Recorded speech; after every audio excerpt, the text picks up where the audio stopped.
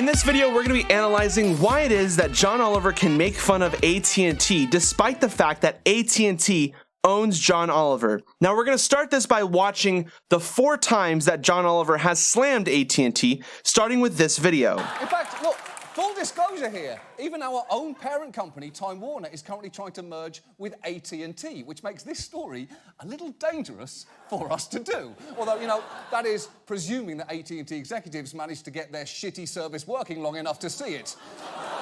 AT&T, it's the top telecom company around, alphabetically, and nothing else. And here is the second time John Oliver made fun of AT&T. In fact, since then, they've added and increased bag fees multiple times, often moving in tandem, which is how those fees have gone from generating around $540 million a year a decade ago to $4.2 billion now. And that is infuriating. After all, if I wanted exorbitant fees that keep getting raised all the time despite shitty service, I'd become a customer of AT&T. Yeah. Fuck you, AT&T. Even if you take over, you'll never be my real dad! All right, and then let's take a look at the third time this happened. We can't go back to the days where everyone would just shout their message into a jar and then mail that jar across the country. That was a terrible system, as it was only marginally more accurate than having AT&T now. Oh, you like that, business daddy? Johnny's acting up again. Johnny's acting up. Oh, I bet I'm going to get some spicy jars in the mail about that. Woo! And then the last time he made fun of AT&T. Because telecom companies aren't really going to listen to you unless you force them to. And AT&T isn't going to listen to you at all unless you call them on T-Mobile. How would they hear you otherwise? Their call would drop out. That's right, business daddy. Oh, that's right. You've inherited a problem child. Let's dance. Let's dance, you and I. So I thought at first with that last joke that maybe T-Mobile was owned by AT&T, so he wasn't really dissing AT&T. He was just trying to redirect his audience. Because I thought I read something on the news where they were going to merge or something like that. Well, it turns out that's not true. T-Mobile is owned by Deutsche Telekom, and that is a European-run company, and they are not owned by AT&T. So that was a genuine slam on AT&T, and T-Mobile was just promoted. So why can he do something like that? Why is it that you can make fun of your boss? Well, to better understand why that is, you have to understand how HBO makes their money. HBO does not make their money from advertisers because they don't have advertisers. The way they make their money is they make money from subscribers. So if you want to watch HBO's TV shows like Game of Thrones or Last Week Tonight, you have to subscribe to HBO. And so HBO makes money from their viewers and strictly their viewers. And therefore, that business model makes it so that HBO has a fiduciary responsibility to provide content to their viewers that promotes engagement and it promotes a larger audience so that they get more and more subscribers. And so HBO is trying to grow their audience, and in doing so, to do so, they have to make jokes like the ones regarding AT&T. But that's kind of a risky play because at the same time, AT&T might be getting less customers because the viewers of John Oliver are going to look at AT&T as a bad business model. They're making fun of AT&T after all. But at the same time, they're also mentioning AT&T over and over again, and AT&T more or less has a monopoly on the telecom industry. They now own Time Warner.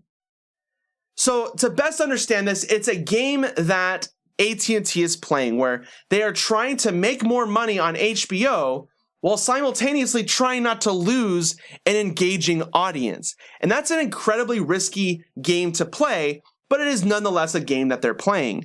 And so in my view, that's the only reason that John Oliver is doing something like this. Now, you see this sort of thing happen actually all the time. If you watch any YouTube channel, chances are you're watching material that is more or less free speech. Those people are allowed to more or less say whatever they want. For example, if you watch TYT, TYT makes their money from their subscribers, from their members, in fact. And so the more people that watch their shows, the more money they make. And so they have a fiduciary responsibility to provide content that is engaging to their viewers. And on top of that, I'm going to promote TYT by simply saying that they're progressives. And almost everyone's a progressive now, or they should be at least. And if they're not, then why don't you become a progressive? Look at our platform. It's pretty awesome. But anyways, let me get rid of that. Let me digress from that plug. And let's go over to, for example, Alex Jones. Alex Jones makes money off of his own products that he sells. He sells like these weird drug products or whatever. But at the same time, he's playing a risky game where he is selling stuff, but at least he has an understanding that he needs to engage his audience. Whereas CNN, they have outside companies that are investing advertisements into their advertisement slots.